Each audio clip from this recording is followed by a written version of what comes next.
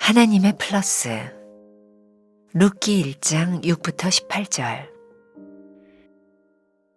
그 여인이 모압 지방에서 여호와께서 자기 백성을 돌보시사 그들에게 양식을 주셨다 함을 듣고 이에 두 며느리와 함께 일어나 모압 지방에서 돌아오려 하여 있던 곳에서 나오고 두 며느리도 그와 함께하여 유다 땅으로 돌아오려고 길을 가다가 나오미가 두 며느리에게 이르되 너희는 각기 너희 어머니의 집으로 돌아가라. 너희가 죽은 자들과 나를 선대한 것 같이 여호와께서 너희를 선대하시기를 원하며 여호와께서 너희에게 허락하사 각기 남편의 집에서 위로를 받게 하시기를 원하노라 하고 그들에게 입맞춤에 그들이 소리를 높여 울며 나오미에게 이르되 아니니이다. 우리는 어머니와 함께 어머니의 백성에게로 돌아가겠나이다 하는지라. 나오미가 이르되 내 딸들아 돌아가라. 너희가 어찌 나와 함께 가려느냐. 내 태중에 너희의 남편 될 아들들이 아직 있느냐. 내 딸들아 되돌아가라. 나는 늙었으니 남편을 두지 못할지라. 가령 내가 소망이 있다고 말한다든지 오늘 밤에 남편을 두어 아들들을 낳는다 하더라도 너희가 어찌 그들이 자라기를 기다리겠으며 어찌 남편 없이 지내겠다고 결심하겠느냐. 내 딸들아 그렇지 아니하니라. 여호와의 손이 나를 치셨으므로 나는 너희로 말미암아 더욱 마음이 아프도다 하매 그들이 소리를 높여 다시 울더니 오르바는 그의 시어머니에게 입맞추되 룻은 그를 붙쫓았더라. 나오미가 또 이르되 보라 내 동서는 그의 백성과 그의 신들에게로 돌아가나니 너도 너의 동서를 따라 돌아가라 하니 룻이 이르되 내게 어머니를 떠나며 어머니를 따르지 말고 돌아가라 강권하지 마옵소서. 어머니께서 가시는 곳에 나도 가고 어머니께서 머무시는 곳에서 나도 머물겠나이다. 어머니의 백성이 나의 백성이 되고 어머니의 하나님이 나의 하나님이 되시리니 어머니께서 죽으시는 곳에서 나도 죽어 거기 묻힐 것이라. 만일 내가 죽는 일 외에 어머니를 떠나면 여호와께서 내게 벌을 내리시고 더 내리시기를 원하나이다 하는지라. 나오미가 룻이 자기와 함께 가기로 굳게 결심함을 보고 그에게 말하기를 그치니라. 하나님은 우리에게 좋은 사람을 더해 주십니다. 나오미는 불행을 홀로 감수하려 했습니다. 그러나 시어머니를 따르려는 룻의 의지는 진심이었고 결연했습니다. 룻은 어머니의 하나님을 믿겠다고 고백하며 나오미를 붙쫓습니다. 붙쫓다는 존경하거나 섬겨 따른다는 의미입니다. 불행과 고난 앞에서 사람들은 자기를 먼저 생각하기 쉽습니다. 제자리를 지키기보다 흔들리고 넘어지기 쉽습니다. 불행당한 사람을 함부로 판단하거나 정죄하기도 합니다. 그러나 룻은 나오미 곁에서 한결같은 사랑과 존경으로 섬깁니다. 하나님은 우리에게 하나님 자신을 주십니다. 나오미는 절망 속에서 복음을 듣습니다. 하나님이 자기 백성을 돌보셔서 양식을 주셨다는 소식이 들려온 것입니다. 돌보다를 뜻하는 히브리어 파카드는 찾아오다라는 뜻입니다. 하나님이 백성을 찾아오신 것입니다. 언제 기근이 끝나고 상실의 광야가 끝날까요? 하나님이 찾아오실 때입니다. 하나님은 나오미의 인생을 다시금 기쁨으로 만드셨습니다. 신실한 며느리 룻에게 남편 보아스를 예비해 주심으로써 나오미는 손자 오벳을 품에 안게 됩니다. 유대인들은 6월절마다 아니마민이란 노래를 부릅니다. 나는 믿는다 라는 뜻으로 아우슈비츠 수용소에서 불리던 노래입니다. 우리는 구세주가 오리란 걸 믿고 있습니다. 그러나 그는 조금 늦게 오십니다. 그래서 우리는 죽고 절망 앞에 부딪힙니다. 당시 수용소에서 생활하던 젊은 정신과 의사 빅터 프랭클은 가사를 개사해 불렀습니다. 우리 구세주는 약속하신 대로 오신다는 사실을 우리는 알고 있습니다. 그러나 사람들은 그가 늦게 오신다고 불평합니다. 그러나 사실은 우리가 너무 조급해할 따름입니다. 상실의 광야에서 우리는 믿고 기다립니다. 주님이 찾아오시면 우리는 반드시 웃게 될 것입니다. 이유를 알게 되든지 영영 알 수 없게 되든지 상관없이 더해주시는 하나님의 은혜를 경험하고 있습니까? 하나님이 주시는 위로와 사람을 통한 위로를 경험합니까? 하나님이 더해주시는 플러스를 발견했습니까? 오늘은 11월 10일입니다. 하나님의 플러스라고 하는 제목입니다. 어제 말씀드린 것처럼 오늘 말씀은 어제 말씀과 이렇게 짝을 이루고 있어요. 룻기에 나오는 나오미가 맞이했던 상실의 광야. 하나님께서는 상실로 끝나게 하지 않으셨다라는 이야기를 했고, 상실의 광야에서 오히려 하나님은 그의 인생을 플러스로 만드셨다는 이야기를 했습니다. 자, 룻기에 나오는 이 시어머니 나오미의 이야기를 우리가 잘 알고 있습니다. 나오미는 유대 땅 베들레헴에서 살고 있었는데 가뭄을 만나서 그의 남편과 아들 둘을 데리고 모압 땅에 가게 되죠. 거기에서 남편이 죽어요. 아들 둘 다 결혼을 시켰는데 아들 둘 다 죽습니다.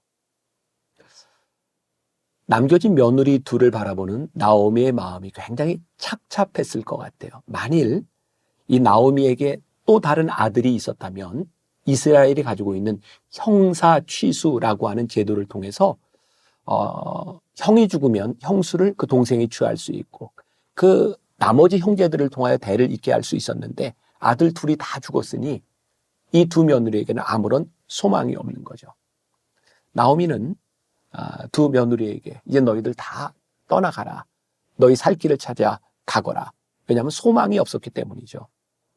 근데 성경에 보니까 이 나오미를 룻이, 오르바는 떠나갔고 룻이 붙쫓았다라고 되어 있어요. 붙쫓았다. 여러분들 책에도 보면 그런 표현이 나와 있죠. 붙쫓다라고 하는 말이 존경하거나 섬겨 따른다라고 하는 말인데 붙쫓다라고 하는 말이 이렇게 딱 떨어지지 않고 쫓아가다. 그런 생각이 들었어요. 이게 포스트잇과 우표를 한번 우리들이 생각해 볼 수 있겠다. 인류가 발명한 가장 위대한 발명품 중에 하나가 포스트잇이라고 합니다. 메모지를 떼었다 붙였다 할 수 있는 것. 굉장히 실용적이죠. 근데 떼었다 붙였다 할 수 있는 이 포스트잇은 실용적이긴 하는데 쉽게 떨어집니다. 떼려고 맘만 먹으면 떨어지는 게 포스트잇입니다. 근데 우표는 딱 뒷면에 침을 바르든 물을 바르든 이렇게 딱 붙일 수 있게 되었는데 한번 딱 붙여놓으면 떨어지지 않습니다. 저에게 생각나는 붙쫓았다라고 하는 말은 이 포스트잇이 아니라 우표처럼 딱 달라붙었다.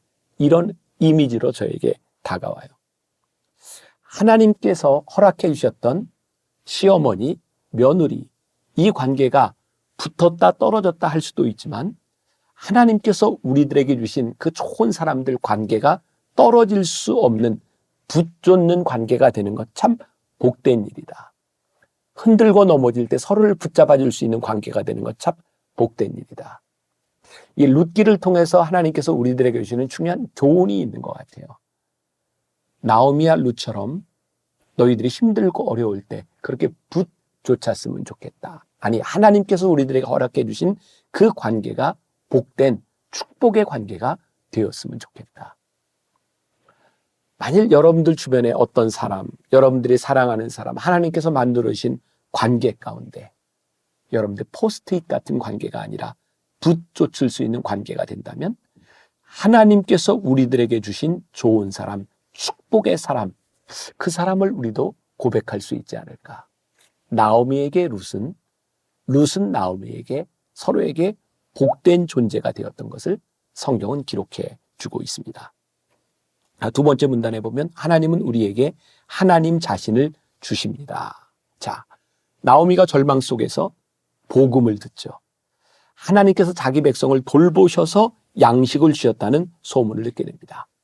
나오미와 롯은 자기의 고향으로 돌아갔어요. 근데 거기에서 어떤 하나님을 만나요?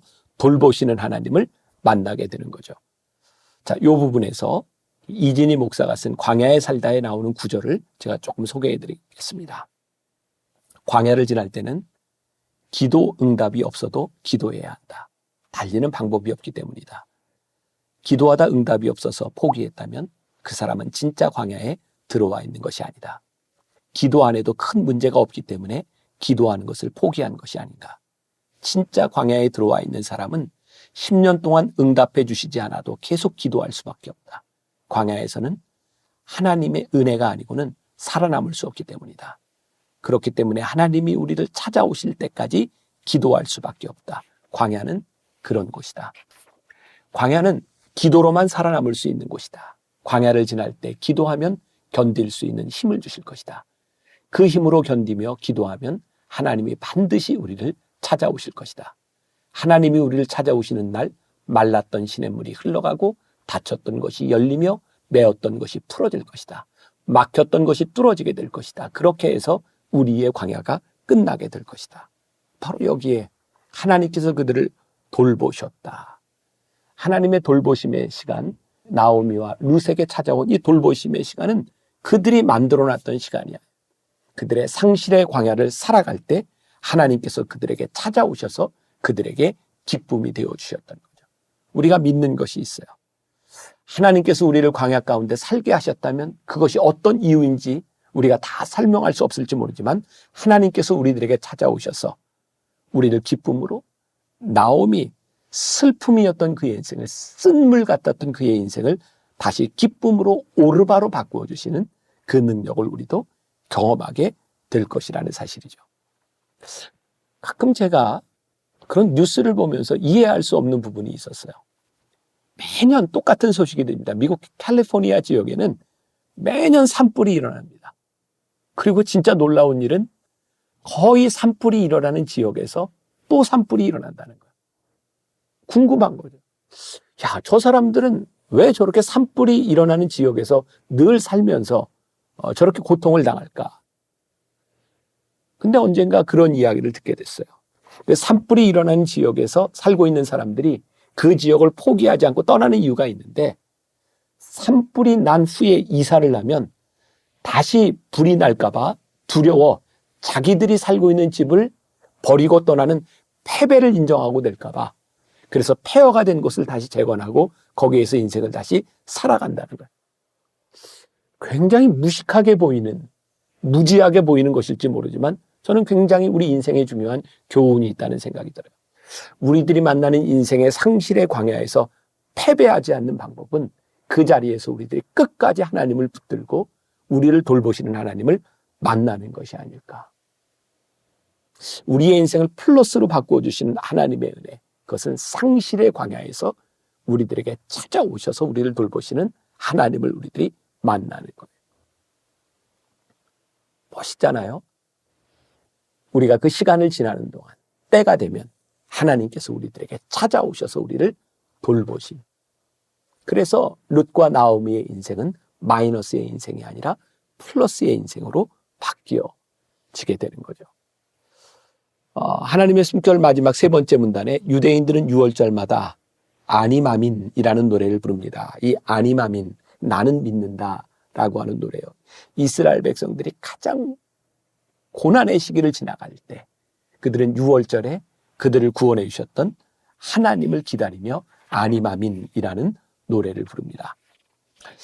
제가 2021년 광야에서라고 하는 시리즈 제목으로 말씀을 나눌 때 바로 이 부분을 제가 글로 적었던 게 있는데 오늘은 이 부분을 좀 읽어드리면서 말씀을 마감하려고 합니다. 혹시 들어보셨나요? 유대인들이 유월절이 되면 부르는 히브리어로 나는 믿는다라는 뜻을 가진 노래. 이 노래가 만들어진 곳이 아우슈비츠 수용소였다는 것은 잘 알려진 사실입니다. 아우슈비츠 수용소에서는 강제 노역을 하다 병들고 약해진 사람들을 가스실로 데려다 죽였습니다. 그런 곳에서 부른 소망의 노래입니다. 아니마민. 우리는 구세주가 오리란 걸 믿고 있습니다. 그러나 그는 조금 늦게 오십니다. 우리는 구세주가 오리라는 사실을 알고 있습니다. 그러나 그는 조금 늦게 오십니다. 그래서 우리는 죽고 절망 앞에 부딪힙니다. 당시 수용소에 있었던 신경정신과 의사 빅터 프랭클이라는 청년은 이 노래를 이렇게 바꾸어 불렀습니다. 우리의 구세주는 약속하신 대로 오신다는 사실을 우리는 알고 있습니다. 그러나 사람들은 그가 늦게 오신다고 불평합니다. 그러나 사실은 우리가 너무 조급해할 따름입니다. 언제 기근이 끝나고 상실의 광야가 끝나나요? 하나님께서 찾아오실 때입니다. 다시 아니마민이라는 노래를 생각해 보겠습니다. 아우슈비츠 수용소 생활을 하는 동안 그 힘든 중노동을 하면서도 빅터 프랭클은 건강검진을 하는 날이면 어김없이 유리 조각으로 깨끗하게 면도를 하고 면접을 받습니다. 그때마다 그는 다른 유태인들보다 더 깨끗하고 건강해 보여서 가스실로 끌려가지 않을 수 있었습니다. 결국 아우슈비츠 수용소에서 해방을 맞이하게 됩니다. 전쟁이 끝나자 빅터 프랭클은 스웨덴으로 가서 병원을 개업합니다. 그리고 그는 해마다 6월절이 되면 친척들과 함께 이 노래 아니마민을 부릅니다. 우리의 구세주는 약속하신 대로 오신다는 사실을 우리는 알고 있습니다. 그러나 사람들은 그가 늦게 오신다고 불평합니다. 그러나 사실은 우리가 너무 조급해할 따름입니다. 상실의 광야에서 끝까지 우리들이 믿고 기다릴 때 우리 주님이 우리들에게 찾아오시면 우리를 웃게 하실 거고, 주님이 우리를 돌보시면 우리의 인생을 플러스 인생으로 바꾸어 주실 것입니다. 오늘 이 상실의 광야에서 하나님의 플러스를 경험하는 여러분들이 되시기를 주님의 이름으로 간절히 축원합니다. 기도하겠습니다. 상실의 광야에서 나오미가 가장 힘들었던 때 룻이 그의 어머니를 붙쫓았다 라고 말씀합니다. 나오미에게 룻이, 룻에게 나오미가 축복된 사람이었습니다. 혹 우리의 상실의 광야에서 우리에게 허락해 준 그 사람이 나에게 복된 사람이 되기를 소원하고 내가 그에게 복된 사람이 되게 하여 주옵소서. 아니마민, 나는 믿네. 우리의 믿음을 상실의 광야에서도 고백할 수 있는 주의 백성들이 되게 하여 주옵소서. 예수님의 이름으로 기도했습니다. 아멘.